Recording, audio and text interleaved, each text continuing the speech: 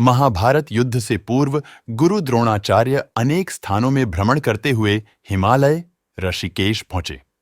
वहां तमसा नदी के तट पर एक दिव्य गुफा में तपेश्वर नामक स्वयंभू शिवलिंग है। यहां गुरु द्रोणाचार्य और उनकी पत्नी माता कृपि ने शिव की तपस्या की। इनकी तपस्या से प्रसन्न होकर भगवान शिव ने इन्हें पुत्र प्राप्ति का वरदान दिया। कुछ समय पश्चात माता कृपि ने एक सुंदर तेजस्वी बालक को जन्म दिया। जन्म ग्रहण करते ही इनके कंठ से हिनहिनाने की सी ध्वनि हुई, जिससे इनका नाम अश्वत्थामा पड़ा। जन्म से ही अश्वत्थामा के मस्तक में एक अमूल्य मणि विद्यमान थी, जो कि उसे दैत्य, दानव, शस्त्र, व्याधि, देवता, नाग आदि से निर्भय रखती थी। वह मणि अश्वत्थामा को बुढ़ापे, भूख, प्यास और थकान से भी बचाती थी। भगवान शिव से प्राप्त उस शक्तिशाली दिव्य मणि ने अश्वत्थामा को लगभग अजेय और अमर बना दिया था। महाभारत युद्ध के समय गुरु द्रोणाचार्य जी ने हस्तिनापुर, मेरठ राज्य के प्रति निष्ठा होने के कारण कौरवों का साथ देना उचित समझा। अश्वत्थामा भी अपने पिता की तरह शास्त्र व शस्त्र विद्या में निपुण थे। महाभारत के युद्ध में उन्होंने सक्रिय भाग लिया था। महाभारत युद्ध में ये कौरव पक्ष के एक सेनापति थे। उन्होंने घटोत्कच पुत्र अंजन पर्वा का वध किया। उसके अतिरिक्त द्रुपद कुमार, शत्रुंजय, बलानीक, जयानीक, जयाश्व तथा राजा श्रुताहु का भी वध किया। उन्होंने कुंती भोज के 10 पुत्रों का वध किया। पिता पुत्र की जोड़ी ने महाभारत युद्ध में पांडव सेना को तितर-बितर कर दिया। पांडवों की सेना की पराजय देखकर श्री कृष्ण ने युधिष्ठिर को कूटनीति अपनाने का विमर्श दिया। इस योजना के अंतर्गत यह सूचना प्रसारित कर दी गई कि अश्वत्थामा का वध हो गया है। जब गुरु द्रोणाचार्य ने धर्मराज युधिष्ठिर से अश्वत्थामा की सत्यता झांत करनी चाहिए तो उन्होंने उत्तर दिया, अश्वत्थामा वध कर दिया गया, परंतु उन्होंने बड़े धीमे स्वर में परंतु गज कहा और मिथ्या वचन से भी बच गए।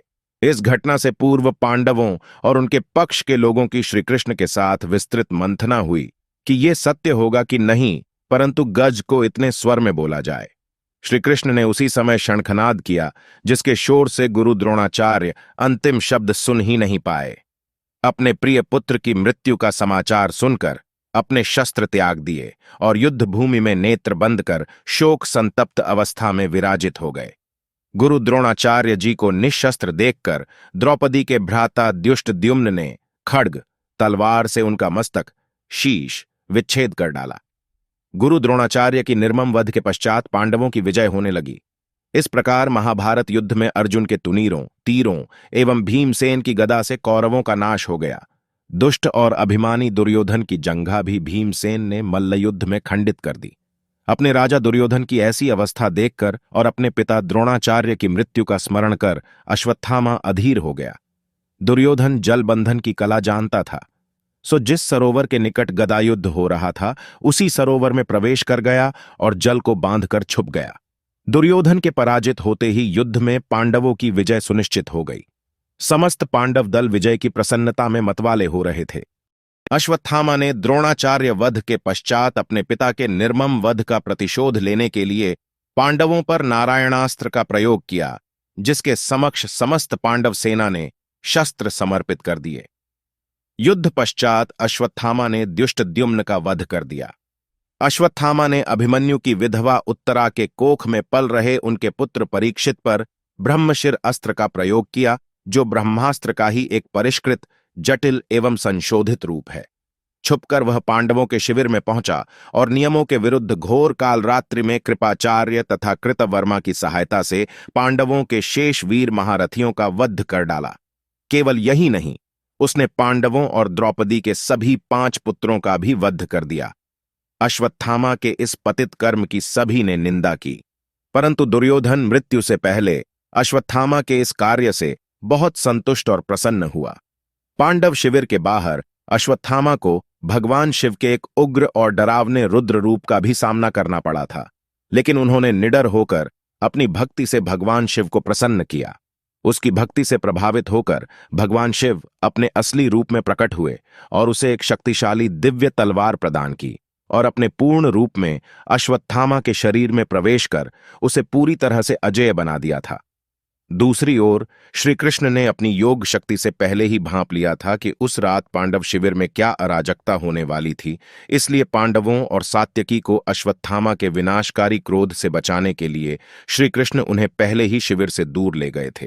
पुत्रों के वध से शोकग्रस्त द्रौपदी विलाप करने लगी। द्रौपदी के विलाप को सुनकर अर्जुन उस नीच कर्म हत्यारे ब्राह्मण के मस्तक को विच्छेदित कर डालने को प्रतिज्ञाबद्ध हुआ और श्री कृष्ण को सारथी बनाकर गांडीव धनुष लेकर अर्जुन ने अश्वत्थामा का पीछा किया। अश्वत्थामा को कहीं भी सुरक्षा नहीं मिली तो उसने अर्जुन को लक्षित कर शक्तिशाली ब्रह्मशिर अस्त्र का प्रयोग कर दिया। अश्वत्थामा ब्रह्मशिर चालन से तो अभिज्ञ था, परंतु निष्क्रमण लौटा लाना से अनभिज्ञ था।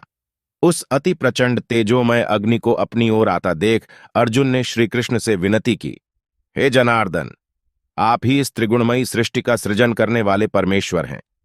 सृष्टि के आदि और अंत में आप ही शेष रहते हैं। आप ही अपने भक्तजनों की रक्षा के लिए अवतार ग्रहण करते हैं। आप ही ब्रह्मा स्वरूप हो रचना करते हैं। आप ही विष्णु स्वरूप हो पालन करते हैं और आप ही रुद्र स्वरूप हो संहार करते हैं। आप ही बताइए कि यह प्रचंड अग्नि मेरी ओर किस ओर से आ रही है और इससे मेरी रक्षा कैसे होगी। श्री कृष्ण बोले, हे अर्जुन, तुम्हारे प्राण घोर संकट में है। इससे रक्षा के लिए तुम्हें भी अपने ब्रह्मशिर अस्त्र का प्रयोग करना होगा, क्योंकि अन्य किसी भी अस्त्र से इसका निवारण नहीं हो सकता। श्री कृष्ण की इस मंत्रणा को सुनकर महारथी अर्जुन ने भी तत्काल आचमन करके अपना ब्रह्मशिर अस्त्र लक्षित कर दिया। दोनों प्रलयंकारी एवं विनाशकारी ब्रह्मशिर अस्त्र परस्पर भिड़ गए और प्रचंड अग्नि उत्पन्न होकर तीनों लोकों को तप्त करने लगी। उनकी लपटों से समस्त प्रजा दग्ध होने लगी। इस महाविनाश को देख वेदव्यास और नारद उनके सामने प्रकट हुए और उनसे अपने विनाशकारी अस्त्र वापस लेने को कहा। यह सुनकर अर्जुन ने अपना अस्त्र वापस लौटाकर शांत कर दिया, लेकिन अश्वत्थामा ऐसा करने में असमर्थ था। इसलिए गुस्से में उसने अपने उस अस्त्र की दिशा उत्तरा के गर्भ की ओर बदल दी। यह कृत्य देखकर पांडवों को अत्यंत क्रोध आया और उन्होंने क्रोध में झपटकर अश्वत्थामा को पकड़कर बांध दिया। श्री कृष्ण बोले, हे अर्जुन, धर्मात्मा, निद्रामग्न, असावधान, मतवाले, पागल, अज्ञानी, रथहीन, स्त्री तथा बालक का वध धर्मानुसार वर्जित है। इसने धर्म विरुद्ध आचरण किया है। जीवित रहेगा तो पुनः पाप करेगा। अतः तत्काल इसका वध करके इसका विच्छेदित मस्तक द्रौपदी के समक्ष प्रस्तुत कर अपनी प्रतिज्ञा पूर्ण करो। वास्तव में श्री कृष्ण यह देखना चाहते थे कि उनकी बातें सुनकर अर्जुन आगे क्या कदम उठाता है, किंतु श्री कृष्ण के इन वचनों को सुनने के पश्चात भी धीरवान अर्जुन ने अश्वत्थामा को जीवित ही शिविर में ले जाकर द्रौपदी के समक्ष उपस्थित किया। पशु की तरह बंधे हुए गुरुपुत्र को देखकर ममतामयी द्रौपदी का कोमल हृदय पिघल गया। उसने गुरुपुत्र को प्रणाम कर उसे बंधन मुक्त करने के लिए अर्जुन से कहा, हे आर्यपुत्र, ये गुरुपुत्र तथा ब्राह्मण हैं। ब्राह्मण सदा ही पूजनीय होता है और उसका वध पाप है। इनके पिता से ही आपने इन अपूर्व शस्त्रास्त्रों का ज्ञानार्जन किया है। पुत्र के रूप में आचार्य द्रोण ही आपके सम्मुख बंदी रूप में खड़े हैं। इनके वध से इनकी माता कृपि मेरी तरह ही कातर होकर पुत्र शोक में विलाप करेंगी। पुत्र से विशेष मोह होने के कारण ही वह द्रोणाचार्य के साथ सती नहीं हुई। कृपि की आत्मा निरंतर मुझे कोसेगी। इनके वध करने से मेरे मृत पुत्र लौटकर तो नहीं आ सकते, अतः आप इन्हें मुक्त कर दीजिए। द्रौपदी के इन न्याय तथा धर्मयुक्त वचनों को सुनकर सभी ने उसकी प्रशंसा की, किंतु भीम का क्रोध शांत नहीं हुआ। इस पर श्री कृष्ण ने कहा, हे अर्जुन, शास्त्रों के अनुसार पतित ब्राह्मण का वध भी पाप है और आतताई को दंड न देना भी पाप है, अतः तुम वही करो जो उचित है। उनकी बात को समझकर अर्जुन ने अपने खड्ग से अश्वत्थामा के केश विच्छेदित कर डाले और उसके मस्तक से वह शक्तिशाली दिव्य मणि का भी विच्छेदन कर डाला। मणि विच्छेदन से वह श्रीहीन हो गया। श्रीहीन तो वह उसी क्षण हो गया था जब उसने एक निर्दोष स्त्री और उसके अजन्मे शिशु को मारने की कोशिश की थी, किंतु केश मुंड जाने और मणि विच्छेदन से वह और भी श्रीहीन हो गया और उसका मस्तक झुक गया। अर्जुन ने उसे उसी अपमानित अवस्था में शिविर से निष्कासित कर दिया।